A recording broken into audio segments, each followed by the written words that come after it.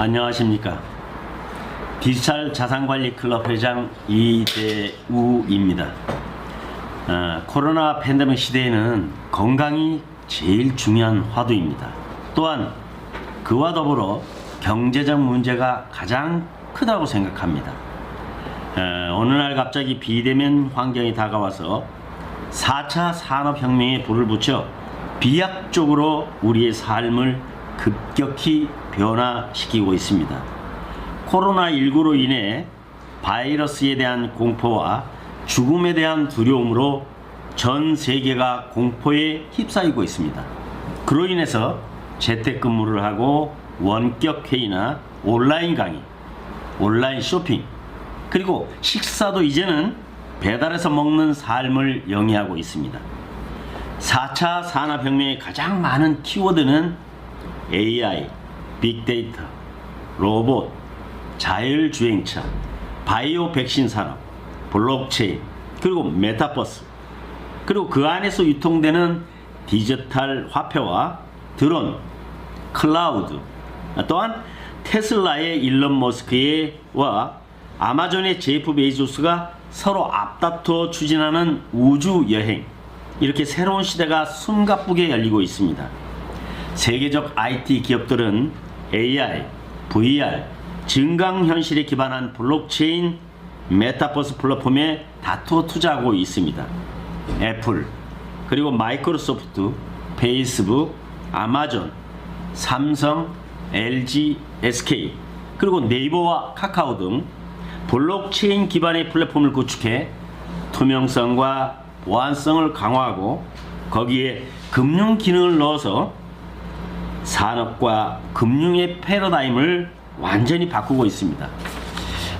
고전적인 자산관리에 있어의 투자는 금융과 부동산 금이었지만 이제는 돈의 흐름과 가치를 배워서 디지털 자산관리가 필요한 시대입니다.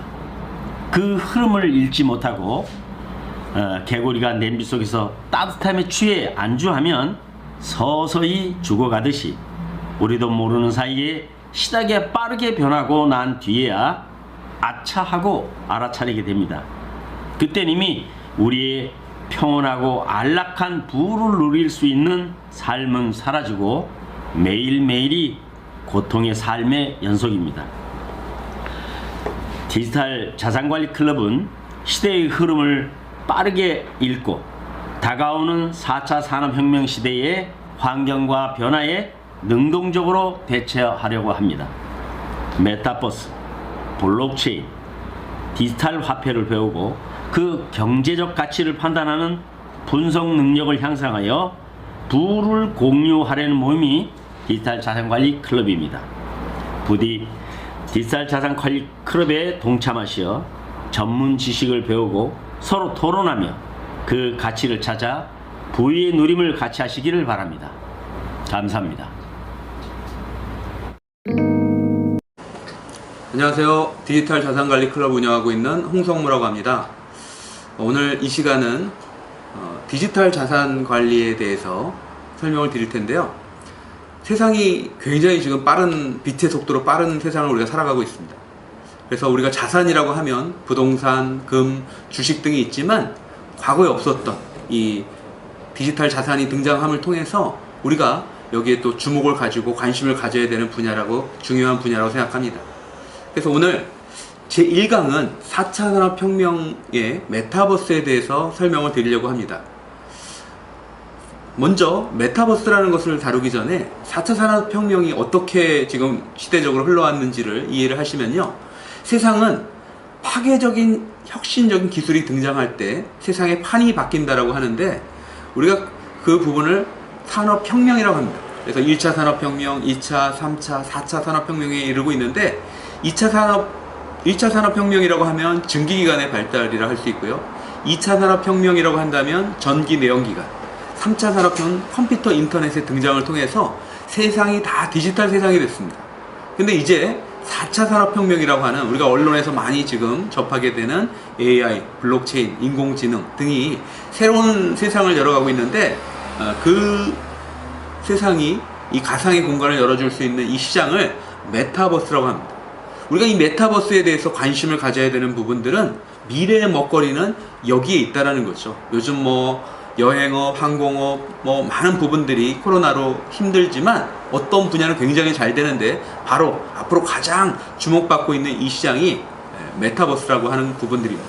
이 메타버스가 잘 될 수밖에 없는 부분들은요, 시대의 흐름을 거슬러 보면 PC가 등장한 지 오래됐습니다. 그 PC를 중심으로 해서 또 지금은 거기에 인터넷, 와이파이, 그리고 또 스마트폰을 통해서 이제 휴대폰이나 접근성도 굉장히 빨라지고 좋아졌지만 거기서 끝나는 것이 아니라 이제 또 기술의 발달을 통해서 VR 기기, 이 VR 기기는 우리가 이제 초기에 아이폰이 많이 팔리던 그 시대만큼 지금 이 기기가 많이 공급이 되고 있다는 것은 이제 이 가상의 공간에서 우리가 새로운 경험을 체험할 수 있는 그런 세상이 열린다고 하는데, 그것이 바로 디지털 지구다.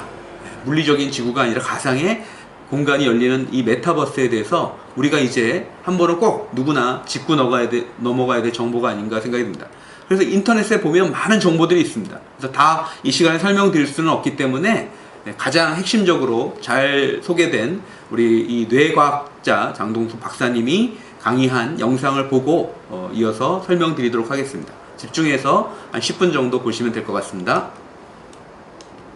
안녕하세요. 뇌과학 박사 장동선입니다. 오늘은 메타버스에 대해서 얘기해 보려고 하는데요. 메타버스? 전 처음 들었을 때 무슨 타이어 버스도 아니고 무슨 버스야? 아마 저 말고도 비슷한 생각하셨던 분들 저는 있을 거라고 생각하는데요. 요즘 핫한 메타버스가 어떤 세상인지는 살펴보기로 해요.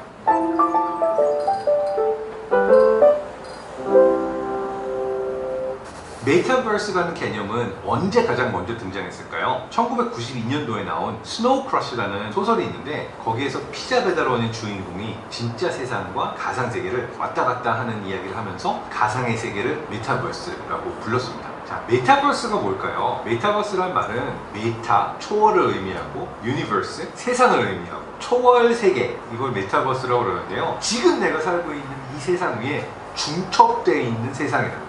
우리 실제로 이런 게임들 경험해봤죠. 포켓몬고 한동안 사람들이 막 미친듯이 돌아다니면서 서로 부딪히기도 하고 막 실제 세상에서도 게임 속 세상하고 합쳐져가지고 놀았잖아요. 그러니까 이런 것들이 어떻게 보면 메타버스의 대표적인 예라고 할 수가 있는 거죠. 레디 플레이어 원이라든지 아바타, 가장 뭐 레전드죠, 매트릭스 같은 이 모든 영화 속에 등장하는 또 다른 세상, 메타버스의 하나라고 볼 수가 있습니다. 근데 영화 속에서는 이게 다 뭉뚱그려져서 메타버스라고 불리고 있고, 실제로 메타버스는 다양한 형태로 분류가 되기도 하는데요. 크게는 4가지로 분류를 합니다.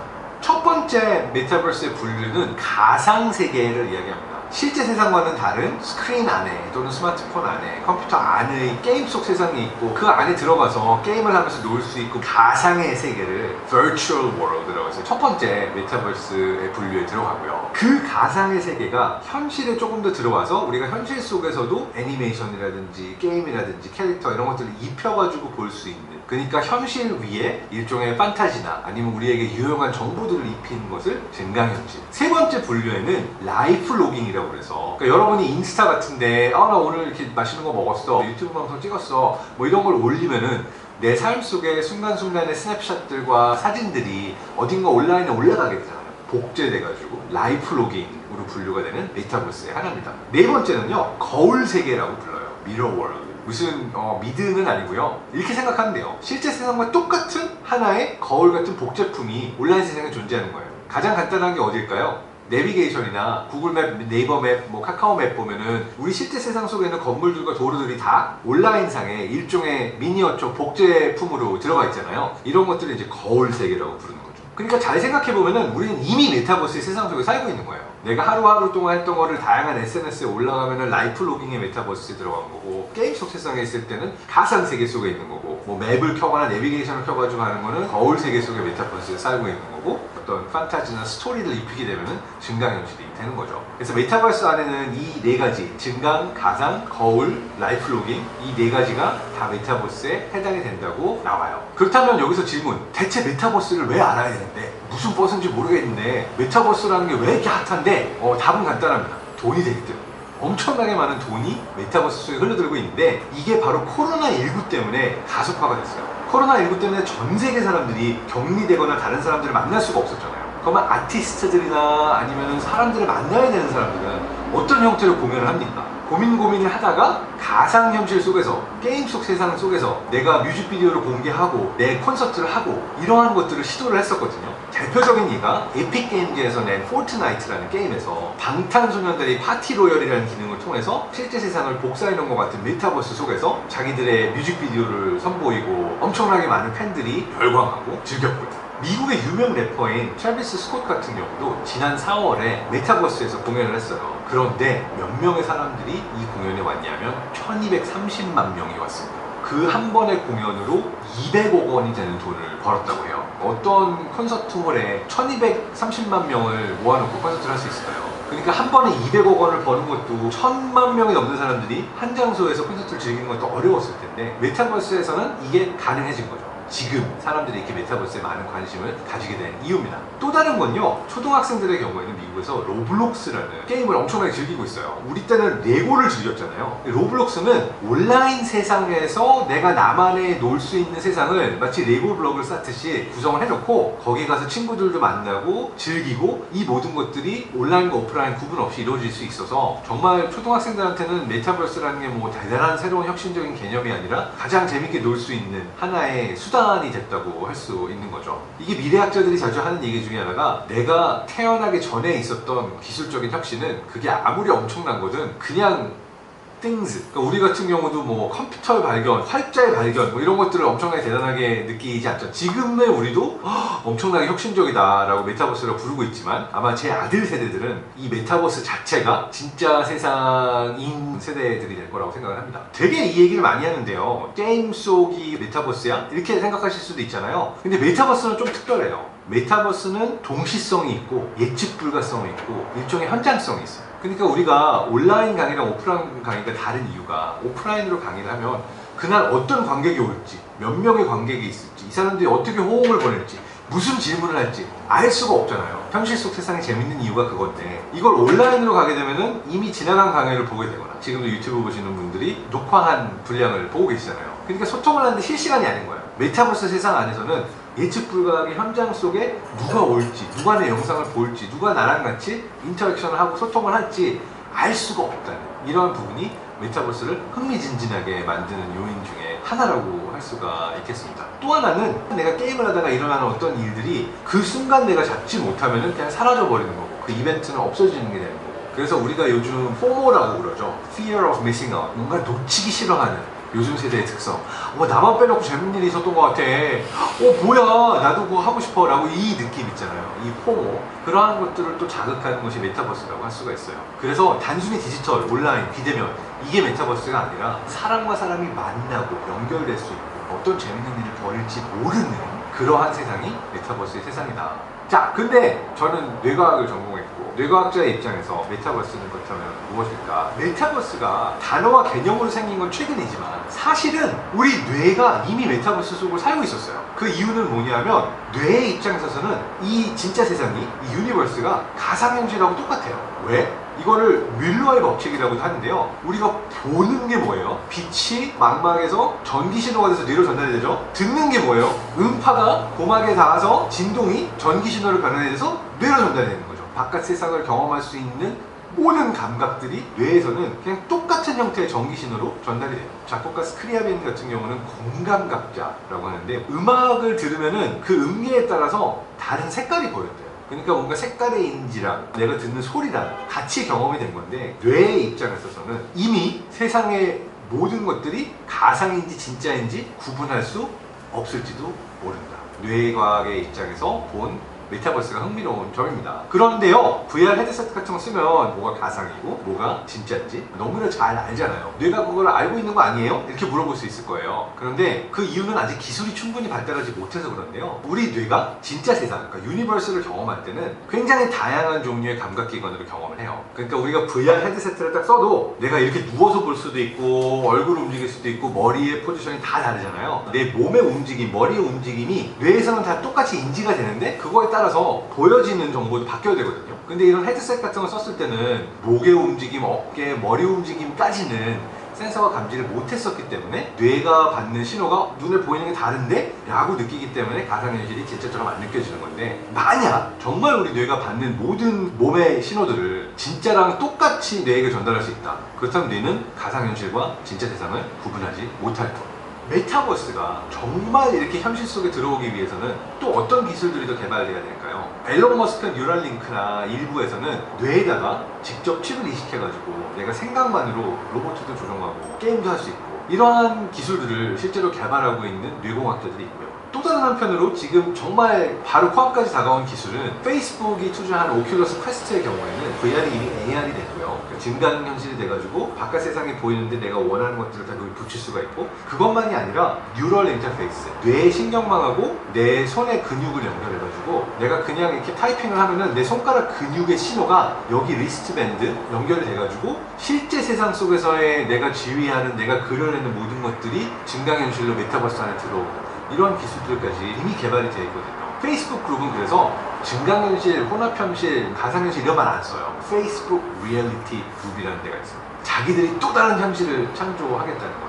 저는 데모를 이미 봤습니다. 뇌과학자가 개발한 거거든요. 여기 말고도 이런 기술들이 굉장히 많이 개발되고 있어서 제 예측으로는 앞으로 한 3년에서 5년 안에 여러분은 굉장히 재밌는 세상을 보실 거라고 감히 장담해봅니다. 어떤 근거로 장담하냐고요? 우리가 가상현실과 증강현실 얘기는 많이 했지만 이 기술이 아직까지는 우리 앞에 다가오지 않았다라고 생각하시는 분들이 많은데, 우리가 2007년도에 아이폰이 출시가 되면서 스마트폰의 세상이 왔잖아요. 최근에 나온 오큘러스 퀘스트 2가 1년도 안 돼가지고 100만 대 팔렸어요. 예전에 아이폰이 보여주던 돌풍 같은 그런 변화가 지금 가상현실과 증강현실의 세상에서는 일어나고 있다. 그래서 앞으로 얼마나 많은 재밌는 기술들이 나올지 기대가 되는데요. 메타버스를 저도 배워나가는 중인데요. 여러분도 메타버스에 대해서 관심을 많이 가지다 보면은 재밌게 살면서 돈도 벌고 미래 세대와 재밌게 소통도 하면서 행복하시기를 바랍니다. 여러분 모두 행복하세요. 네, 잘 보셨죠?